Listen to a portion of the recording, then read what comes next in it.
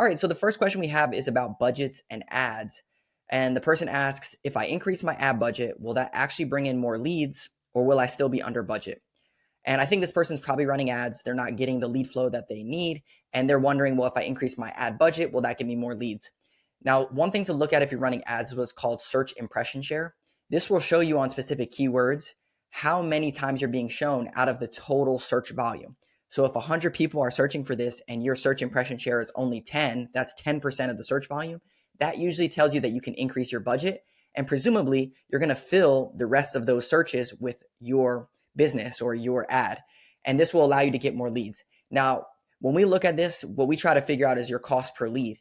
So if you're spending $2,000 a month and you're getting 10 leads, that's $200 cost per lead. And if your search impression share is not 90% of the searches, then if you increase your ads budget, then you should get your cost per lead at $200. Maybe it goes up a little bit, but you should get more leads based off of your cost per lead. This is a very predictable way to scale up and down your ad budget if you know your cost per lead.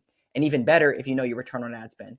So to answer this question is yes, if you look at your search impression share and you're not maxed out, then yeah, you should probably increase your ad budget from there.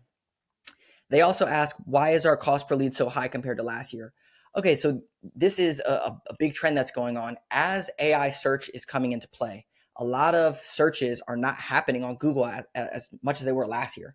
So what that means is that people are competing a lot more for the searches that are happening on Google search, and they're increasing their budget. The other thing with home service is with the influx of private equity money and people that are coming in from outside and running these businesses, they're just pouring money into ads because they know that that's one way and a quick lever to grow the business. It might not be the best lever, but it's one lever to grow the business. So with the influx of all this ad spend and less searches happening on these platforms, it's driving your cost per leads up. The other thing is if you are running ads, sometimes people run broad match keywords. And what that allows you to do is get cheap leads, which is like broad matches. Like if someone searches for roof repair company, it's going to actually, broad match might show you for people that are looking to how to do it themselves, like DIY. Where if you do exact match keywords, you can get exact keywords, but they're going to be a little bit more expensive because they're higher intent searches. So there's a bunch of ways you can play with this. I always tell people there's kind of like this graph of quality leads versus quantity. You can get really cheap leads if you run performance max campaigns and you just do broad match keywords for a bunch of stuff, but they're not going to be good quality and you're going to be spending a lot of time just calling people that are not the right fit. Where there's also a level of lead quality. Like for example, you could go to your landing page where you drive traffic to, and you could put a lot of buffers on there. Like you could say, okay, how many, what's your budget for? What is your address? And ask a lot more qualifying questions that people are going to say, okay, am I really serious about this or am I just, filling out a form? And so there's this X that happens, and every business is a little different because some people don't have a team to call all these leads. They just want warm bottom of the funnel leads, which means your cost per lead is going to be higher, but you're going to get better leads. So I guess you need to figure out what that is in your business and figure out what's a good cost per lead for you and make sure that your ads or whatever you're doing is in alignment with your goals of getting leads coming in that are quality leads. All right, next we have performance and conversion. So how to know how many leads we are converting into sales and at what price point. So this person asked, how do we know how many leads that we're converting into sales and at what price point? So if you use a CRM, Jobber, House Call Pro, Service Titan, whatever it is, you should be tracking your leads all the way through into conversions. So what we do as a company is we pull this data out of CRMs. We look at leads year over year. Then we look at jobs run year over year. Then we look at quote count, so estimate count year over year. Then actual closures, quotes converted. Then we look at new customers. This data is going to give you that trajectory on a high level, like a very broad, level of like this many leads, this many jobs, this many quotes, then conversions. However, if you want to look at this on a granular basis, what we do is we pull these out for ad channels. So we're going to say, okay, for Google Ads, we did this, this, and this, and here's all the leads for Google Ads. Here's the return on ad spend for these exact ads. The beauty of this is that it allows you to see this information. Now, for most businesses, I used to work at a $3 million home service business as director of business development. Was I going through this every single day on every single lead? No. What I would recommend doing is for the first couple months when you're running ads and then spot checking. So basically, if you turn on Yelp ads or you turn on Angie or Thumbtack and you're like, I don't really know about this, you should track those granularly for the first couple months. And this is what we do as a company. Then once you kind of get into the rhythm of things and you have these numbers dialed in and you have performance dialed in, then you can start looking at it on a monthly basis and zoom out. And if the return on ad spend or the numbers don't line up, then you can double click, go in and look at the data. But that's how you do it. It's a pretty granular process. In your CRM, you have to have type data. Is there a way to find out why certain ads convert better? Absolutely. This is why you want to run ads to a landing page, and then that landing page needs to convert. You might put a promo on that ad, and then another landing page, you might not have a promo. We just went through this with a client. They do garage door repairs and that kind of stuff. And basically what was happening with them was they were running ads and they were getting a lot of traffic to their landing page, but they weren't converting as many leads as they needed to in order to get the cost per lead that they wanted. So what we did was we revamped the landing page. We went to the landing page. We said, okay, let's add a promo on here. Let's add a more direct call to action, and let's release some of the friction points inside of this. Also, we added real before and after pictures that we didn't have before, that they took before and after pictures. And instantly in the first 2 weeks, they converted 5 leads from that landing page, where before it was very stagnant in their lead flow. So yes, there's ways to get better conversions and tracking it. I would recommend working with a company that actually looks at the data and make sure that that happens. And you as a business owner, you can ask these questions and figure out if this is working or not. All right, this is a really good question, because this one comes up a lot in prospect calls or with most businesses. If our competitors have thousands of reviews and higher ratings, how do we compete with that? And this is one that we always have to answer. We work in a lot of saturated markets with clients. For example, like we had one HVAC contractor that we started working with. They literally, in 10-mile radius, they had $200 million HVAC businesses in the exact same vicinity of them. They had probably 4,000 or 5,000 Google reviews, and this company had 100 Google reviews. So how are we going to compete with them? And fast forward, in the first 12 months, they doubled their revenue. They went from 1.5 to 3 million. And I'll kind of break down how I would go about this and how we educate people to do this. So yes, someone has thousands of reviews and you have hundreds of reviews. Is it realistic to think that you're going to outrank them on Google Business Profile, Google Map Pack? Probably not. If there's 3 businesses in your area that have thousands of reviews and 5 stars, and you have 100 and you're at 4.4, there's really no realistic way that you're going to show up in the Map Pack. Same thing with SEO. If they're doing SEO, creating service area pages, and they've been doing it for 10 years, and then you come in and start trying to do it, it's not like there's some silver bullet for SEO that's automatically going to outrank you better than these other companies that have been doing it for years. So this is a very transparent conversation that we have to have with a lot of businesses, because it's unrealistic to think that we're going to compete on those channels. The other piece is with ad spend. Okay, with ad spend, how are you going to compete with ad spend if they have $20,000 budgets and you have $2,000 budgets? So this is why I said this question is very important, because it comes up a lot. All right, so how do we compete? How do we double this company's revenue from 1.5 to 3 million? The first thing is we set up automations for them to be able to get reviews, and we set up incentives for their technicians to get reviews. But the big thing that we did was we worked on 2 other parts of the business. The first thing is the conversion funnel. The second thing is retargeting. So the conversion funnel, they had leads coming in and they had their technicians generating estimates. They just didn't have a rehash program. So they were converting 46% of the estimates, which is decent. And we helped them. We built a 21-day nurture sequence and helped them go to 58% conversion rate for a 12% increase. The other thing we did was we made it very easy for the technicians that are out running service jobs to create additional estimates on the job site. And this initially increased their estimate count by double. So they went from, I think it was around 200 estimates to around 400 estimates per month just from doing this. So very, very quick win by increasing your estimate count and increasing your conversion rate inside of your sales funnel. Now, that alone, if you don't get any more leads in your business, is going to help you grow your business. But the other part is retargeting, which I would say 90% of businesses we talk to don't do this. And that is taking every single prospect, customer, lead that has come through your business and is sitting inside of your CRM or some other platform, and retargeting them to come back in with email marketing and text marketing and real sales focused stuff. So in this business that we doubled, what we did was they had 6,000 people sitting in their database that they weren't emailing or cross-selling different services. So we sent them 12 emails every single month, one every month for 12 months. So one every month over a year. And we generated $253,000 just from doing that. And we didn't even turn on additional email sequences after that. All we did was we just sent out one email every month, cross-selling different services. Now there's more things that you can do inside of there, but a lot of people, they just focus on getting new customers in the door without actually fixing their sales funnel and retargeting. Now, I don't want to just dismiss the fact that, okay, well, how do you compete with new customers? So I want to share 2 different strategies that you can do right now. And the one is probably the lowest hanging fruit opportunity for every business listening. The one is there's a shift going on right now in AI search. AI search being ChatGPT, Google AI mode. And on these platforms, if you were to go there and ask for HVAC contractor near me and see the results that they give you, then ask, how did you come up with these results? And if you're not there, ask, how can you get there? How can you increase your ranking in these platforms? And it's going to tell you what to do. Now, what we found, I interviewed Neil Patel, Marcus Sheridan, some of these guys that are OGs in SEO on my podcast, and I asked them this exact question. And here's what they told me. And this is why I think it's a big land grab for a lot of businesses, specifically home service businesses, because the old crusty companies that have thousands of reviews that are just kind of set in their ways, they're not as nimble as smaller companies that are in the $1 to $10 million range, because those big companies, they don't have the ability to create content at the level that small businesses do, in my opinion.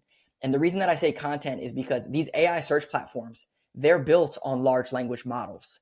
So they're built on the content that's out in the internet, educating these large language models to then bring people, into their search engine results page. So what I'm saying is, if you create content as a business, you're going to educate these large language models, and then they're going to take the content and educate themselves and then show you as the authority. So one of the tests that we've been running is, if you go to ChatGPT, type in HVAC near me, ask, how did you get these results?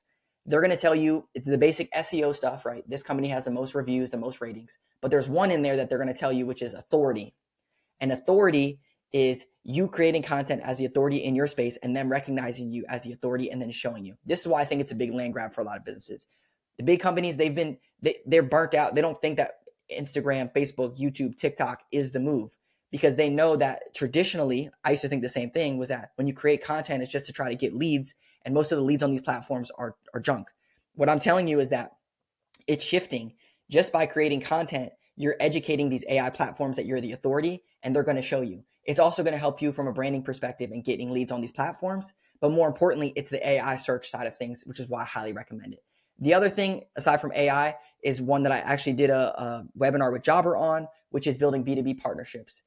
Again, these big companies, they're dominating from a ads perspective, from a SEO perspective. So they don't need to build B2B partnerships. Where smaller companies, they can come in and build partnerships with other local people in their community and build a referral partnership with them and get leads coming in. How does this look? If you're an HVAC contractor, go partner with electricians, plumbers, property managers, realtors, and build a B2B game plan and partnership inside of your business to get leads coming in from these other external platforms. What's going to happen is, you're going to start getting leads coming in that are warm, so you don't have to try to fight these cold leads. Then you're going to build a reputation in the local area that you're going to get referrals from when you do retargeting. They're also going to be easier to close for your conversion rate, and you're going to get more reviews from better people because they already like you because they were referred to you, and it's going to create a flywheel that's going to help you rank better for local SEO as well. So I'm not saying don't do the SEO stuff, because that's going to help with AI search and just in general SEO. But what I am saying is that might not be the way to win in this specific market. All right, next question we have on here is promos and offers. So if none of our competitors are running promos, should we offer one anyway? Yes. So when we think about promos, a lot of people, we see this all the time. It's like, you go to their website, it's embedded inside of their copy on their website. It says, oh, make sure to ask about $50. Or if you refer us, you get $50. Or ask about this $500 off, how to get this. And it's just randomly in the copy somewhere that no one's ever reading. And what we recommend is pulling this promo out and using it in this way. When you go to your website, have a pop-up on your website with the promo that you're running. Just like if you were to go to an e-commerce website to buy some, shirts or hats or something like that, you go to their website and they say, give us your email, you get 10% off your first order. Do the exact same thing for your business by running promos. A lot of people say, oh, well, our promo is going to cheapen my brand and we don't run promos, which I'm not against that. There's ways to run promos without even giving some type of a discount, but just adding more value on top. For example, lock in 2025 pricing now because the manufacturers are increasing their pricing based off tariffs, for example, or get a free complimentary design or mock-up of X, Y, and Z with your whatever service that you're getting. So I'm not just saying give away everything and cheapen the brand, but you can elevate your brand by giving something away to people. So do promos work? Yes. If none of your competition is doing promos, then yes, it absolutely works. And if you're running ads to landing pages, as I mentioned before, run a promo on there and see if it helps you convert. What type of promotions actually compels people to click, like a percentage discount versus a free upgrade? All right, this is a great question. There's been a lot of studies on this, and the simple answer is Dollars, people understand dollars. They don't understand free upgrades or percentages off. They want to know that you can get $50 off this service or $100 off this service opposed to 10% because they don't even really know the pricing of a lot of things. They're just going there and saying, okay, well, I need this service done. I need to get an estimate for it. And I don't know what the pricing actually looks like. That's why I like dollar off amounts. Now you can test it. We have a couple clients that it just ranges, like it could be $1,000 to a $30,000 job. Who knows? And a 10% off might be the easiest way to attract someone in. And this is why I think that you need to test it out. But I would probably start with the dollar amount first and then go to a percentage amount from there. Either way, it works. You just have to track what converts better. This one kind of similar. Do promos like 10% off still perform well compared to other offers clients are using, or should we test something different? Again, test something different. 10% off is great. Start with that. Do a dollar amount off. See if that works, and then you can go from there. All right. Next up is follow-up and nurtures. How many times should we be calling, texting, or emailing leads before giving up? Okay. This is a really big one. So like I said, I was working at a home service business, $3 million, and we had no lead management system in place. We were getting 40, 50, 60 leads per day, like calls, forms, chats, all this stuff. And we had no lead management system in place. And this was like the initial thing that I'm like, what is going on with this? Like, we need to fix this. So a quick barometer. How many times should we be calling, texting, or emailing leads before giving up?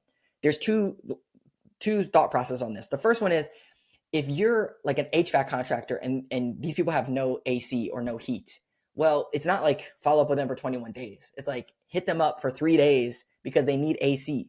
So like 3 or 4 times a day, right? If they said, I have mold in my house or something that's it's like high urgency, you want to hit them up for like 3 times a day for the first 3 days, because clearly you just got to get them on the phone and get out there. It's not about this whole nurture sequence. Now, if someone fills out a form on your website for gutter cleaning, and they're like, yeah, I'm interested in getting my gutters cleaned. Okay, it's not as urgent of a service. So you could spread it out over 7 or 14 days to nurture these leads. What we did was, I worked at a duct cleaning company. So we would get calls and people would say, well, how much does it cost? And we would give them some type of a price over the phone, and then the lead was gone forever. And this is the problem, is that if you're giving estimates over the phone, you need to have some type of a, hey, I'll give you an estimate over the phone for sure, but I also want to give you an email so that way you have it on your record and we have it on our record. So if you call in and talk to someone else, we have the same information that we're working off of. That's a really good way to capture their email and then put them into some type of sequence as well. So how many times? It kind of depends on your business, but at least for the first 3 days and then like 7 or 14 days for leads specifically. Would a nurture sequence, automated email, SMS improve our conversion without frustrating people? Okay, this is a really good point. When is too much? Like, when do you not want to, hit people so hard that they're like, leave me alone, man, please stop. And I think it's all about the way that you follow up is this piece. So let's say that you are doing follow-ups. What you don't want to do is be like, hey, Phil, tapping people on the shoulder. Hey, Phil, are you still want to get this done? Hey, Phil, did you come to a decision yet? Hey, Phil, do you have any questions? That's annoying, and people are going to leave me alone. The different way to do that is, one, educate. So, hey, Phil, as you're making your decision about your gutter cleaning service, here's a pricing guide for you. Hey, Phil, as you're making a decision on your HVAC repair, here's a pricing guide for you, or here's what you need to know, or here's a question that you should be asking. Also, hey, Phil, a little bit about our company. Here's some of our technicians. They've been with us for years. Also, here's some customer testimonials of real people that have used us in the local community and their experience. And then when you do go for that one shot or those couple shots of like, hey, are you still wanting to do this? You want to actually agitate the problem. So you want to say, hey, Phil, are you still having issues with your gutters? You see how that sounds a little bit different than just like, hey, do you have any questions about the estimate we sent you? Or you still trying to get this done? You reframe it to agitate the problem, and they're going to say, no, I actually got it fixed. Or, yeah, it's still an issue. It's reframing your follow-up. That's not going to frustrate people. It's just like you're trying to help them solve their problem, and you just want to know, like, are you still trying to solve this problem or not? All right, next question we got. AI and customer experience. Are customers starting to get AI fatigue when interacting with tools like AI answering service? I would say yes and no. If it's not good, if it's annoying, right? People will be like, oh my gosh, I just want to talk to someone, like connect me with someone. Listen to your calls and see what they say. We have one client, they're an HVAC contractor, a couple $1 million, and they say, we only do AI answering service. They don't answer the phones. And they're like, good or bad, we're just having AI answering service, answer the phones, and then convert. I'm not saying to do this. I wouldn't recommend doing this, but this is what they do. So we went in and listened to the calls. Some of the people are like receptionist, representative, and they're frustrated and they move on, which if you're trying to grow your business, I would say, that's a red flag. But other people just book right in and say, okay, all good. Like, I'm just trying to get service done, so let me book right in. So are people starting to get AI fatigue? If it's bad, yes. If it's good, no. However, the next question that this person put was, should we use AI strictly as a last resort or let it run all the time to improve its learning? My recommendation is last resort. I had Brigham Dickinson on the podcast from Power Selling Pros, and we talked about this. They're the number one CSR coaching company for home service businesses, and we talked about this, and I agree with what he said was this should be a last resort. If your customer service representatives are answering the phone and they can't get to it, right? The phones are busy. Have it roll over to AI answering service. If it's after hours and no one's going to answer the phone, have it roll over to AI answering service. Worst case, then you can always call it back. But it's better than nothing, or it's better than voicemail. But I wouldn't say that this should be the default to start with. Now, if you have something that runs great and you have a lot of testing and a lot of good booking numbers on it, then of course, let that fly and have a CSR or someone manage the calls after that and call people back if there's an issue. But I would say that right now, CSR first, AI after that. People are not getting AI fatigue unless it's not good. All right, next couple questions here is reviews and reputation management. So what is the best way to handle unfair or slanderous reviews? Is using AI tools like Vanish.ai effective long-term? All right, so Vanish AI is like a tool that basically does what a manual person would do to try to get reviews removed. So I'm going to share with you like what I would recommend doing. We got a lot of one stars, unfortunately. So like what do we do to get rid of unfair or slanderous reviews? So the first thing is go in and report the review. So when you go in and report the review, you can say that this is not a customer, or you can say this is whatever the information is. So if you go into Google reviews for your Google business profile, go to report the review, and then every 3 days you can report the review. Now, people say that if you have multiple profiles, right? Like I have a Google profile, you have a Google profile, your employees have a Google profile. If multiple profiles report this review, then it can elevate, okay, wow, this is something that's concerning. We need to really look at this. It's not just one person saying that this is not a good review. It's a bunch of people saying this. And so that's the first thing. Now, this tool, I think Vanish AI, I looked it up a little bit. I think it's like a couple $100 a month. It goes in and does this automatically, and you pay monthly and it does this. I think the whole premise of bad reviews is there something broken in your process? Like, why are people leaving you bad reviews? If they're leaving you bad reviews because you're not doing something or you're breakdown in communication, then you need to fix that in your business and not rely on tools to try to get rid of reviews, because there's clearly something wrong in your business. Now, if someone is saying something that's crazy, like we get this one a lot. Your truck cut me off. They were speeding down the street. Report that one, and 9 times out of 10, we see that it gets removed because it's not really a customer of yours. So just report it and say it's not a customer, and it's going to get removed. Do you need to pay some type of AI service? There's other companies out there that charge like $1,000 per review to get them removed and stuff. I think that you can do this, but I think the better play is to play offense instead of defense, right? If you get a 1-star review, respond to it and say, hey, if you definitely did something wrong, just own up to it and own it. But I think the long-term play is build a system and a team that gets better reviews and don't worry about the 1 stars. And that's exactly the next question, actually. How can we better incentivize our team to consistently collect more reviews? Okay. This was something that I did at the home service business I was working at. They went from 36 Google reviews to now they have over 4,000 Google reviews. And in the first year, they went from 30 reviews to over 1,000 Google reviews. So here's what we did. They were using an automation, which an automation is not bad, just like AI reception is. It's like a catch-all. So what we did was we incentivized the technicians at the point of sale. So when they finish the job, to say, hey, customer, 2 things for you. First, how was everything with our service that I provided for you today? Would you say that it's 5 out of 5 stars? Yes. Cool. And we created these little QR code. I actually have one right here. We created these little cards with QR codes, and that QR code goes to the Google business profile to leave a review. And so what we would say is, if you get a review technician and it says your name in it, you will get $10 per review that you get. And we had a bunch, we had about 13 routes that we were running, 28 technicians, something like that. So we had a lot of opportunities to get reviews. We were doing 3 jobs a day. So when we turned this on, it was very quick to get reviews. What I would recommend is incentivizing your team. 1, give them some type of incentive financially, which a lot of people do that. But 2, this is the big one, is you need to incentivize them and you need to make a competition out of it. So here's what we did. We incentivized them financially, but in the room where they go and actually scan their fingerprints to get in. So they go in, scan their fingerprints to clock in for the day. We actually put a big leaderboard on the wall, and each technician had a little truck. And when they got a review, it moved the truck. When they got to 10 reviews, they got a little star on their truck, kind of like in football where you get stars on your helmet. And then they went back to the first rung.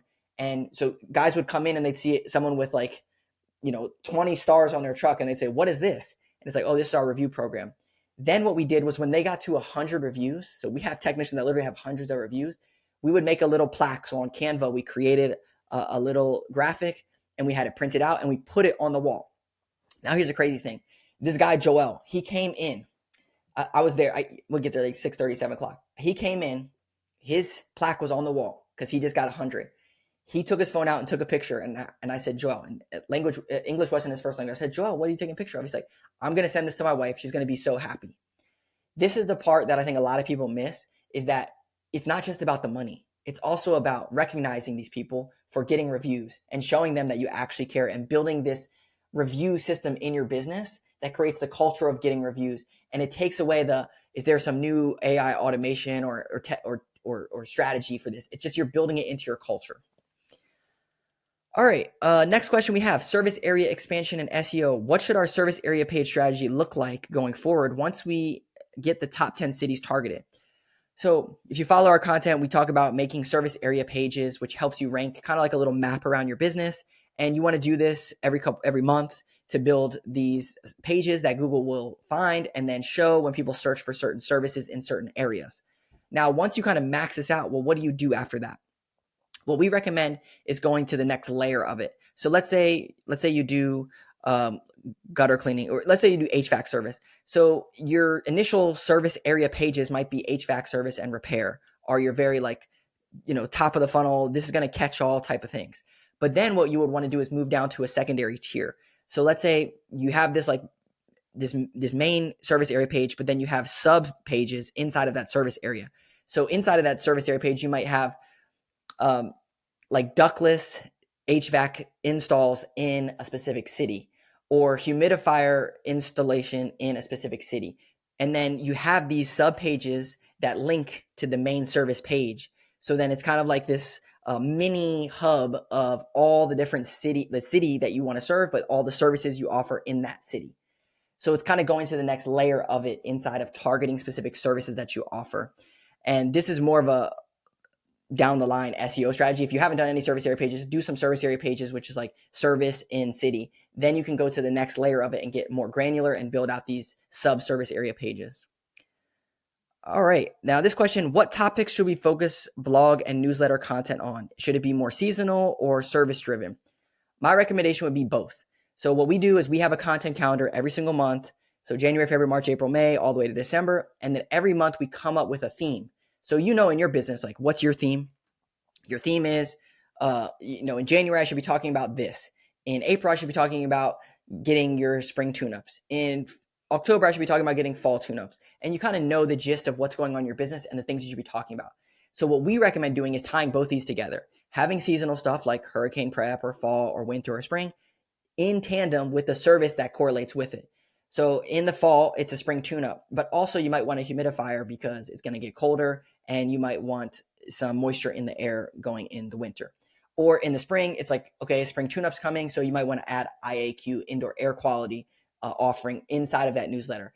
I wouldn't get too crazy on specific newsletters. You want to have a gist of a topic, but inside of the newsletter, you want to educate the customer, have frequently asked questions, cross-sell a different service, give a customer testimonial, and be very high level about it. You don't have to get too crazy. Now with blogs, you can get a lot more granular. And the way that I would recommend doing this is like seasonal. Okay, did you know that in the fall in Dallas, Texas, the moisture evaporates from the air and you need to get a humidifier? And that is how you can tie both these together so that it's pertinent to the timing of it while also cross-selling the service that makes sense in that season. All right, so that ends our Q&A. Again, if you have a question that you want to submit, obviously drop a comment wherever you're watching it. You can also go to flashconsulting.com/question and submit a question there. And hope this was valuable for you, and I'll see you in the next video.